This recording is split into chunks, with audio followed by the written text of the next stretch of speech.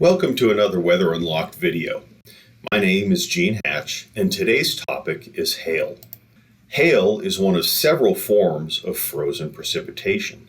Many forms of frozen precipitation, like snow, occur during the winter. However, hail can develop in the middle of summer on a hot summer day. While similar to hail, sleet is really a frozen raindrop. It's a raindrop that falls through a very cold air mass near the ground and freezing before hitting the ground. Graupel, while similar to hail, is a snowflake that collects supercooled water droplets on its surface as it's falling to the ground. While it can resemble hail, it is more often much softer than a hailstone.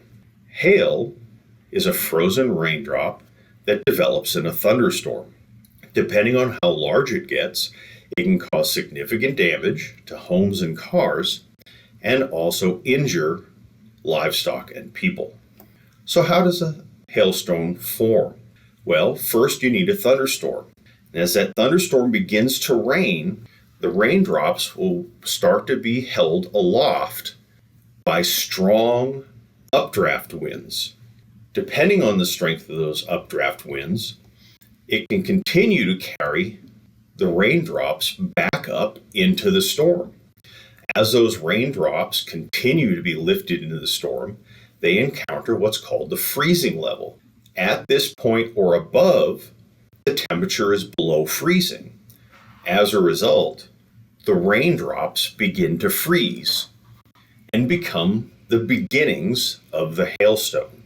As the hail continue to be held aloft by the updraft winds, begins to collect additional supercooled water or water vapor, the hailstones begin to grow. As long as the updraft winds are strong enough to continue holding the growing hailstones, they will continue to get larger. But once the hailstones get so large that the updraft winds can no longer hold them aloft, they fall to the ground as hail. And depending on how large the hail is, significant damage can occur. So how do we see these as meteorologists? Well, we use our Doppler radar tool. In this image, you can see two areas of pink or purple coloring aloft in a thunderstorm. These could potentially be areas where hail is being held aloft by those strong updraft winds in this thunderstorm. Another way to see this is by looking at a top-down view. As the radar beam intersects the thunderstorm, it samples the hailstones. Depending on the size of the hailstones, which can be as small as peas or as large as grapefruits, can change how big this hail spike that comes out of the back of the thunderstorm is. Now, this hail spike is a radar tool that we use to determine potentially how large hailstones are. Now, some of the strongest thunderstorms have produced very large hailstones. The largest hailstone recovered in the United States fell in Vivian, South Dakota in June of 2010. This storm was so strong that it developed a hailstone with a diameter of 8 inches and a circumference of nearly 19 inches, with a hailstone weighing in excess of 1 pound. So thunderstorms, depending on their strength, can produce fairly large swaths of damage, especially if you have very large hailstones. Some hail swaths have resulted in excess of $1 billion in damages. One of the costliest storms appears to be that occurred in April of 2001, which laid a swath of hail across the I-70 corridor from eastern Kansas to southwestern Illinois, impacting the St. Louis area. The estimated property damage was in excess of $2.5 billion.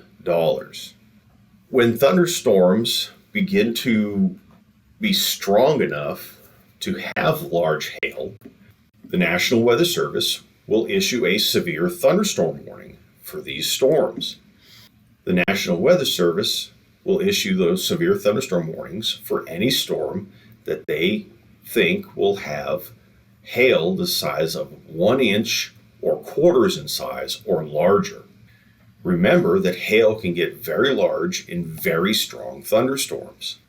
If you do have hail at your location, after a severe thunderstorm warning has been issued, report the size of hail that you received to law enforcement or emergency management, the fire department, or directly to the National Weather Service.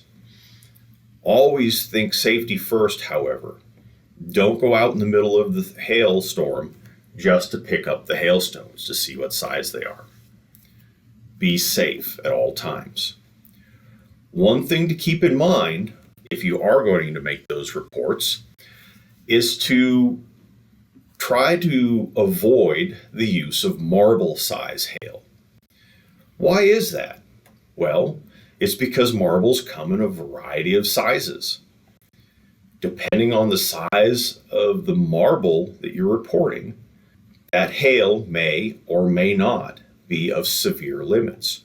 Remember that severe hail is the size of a quarter, 1 inch, or larger.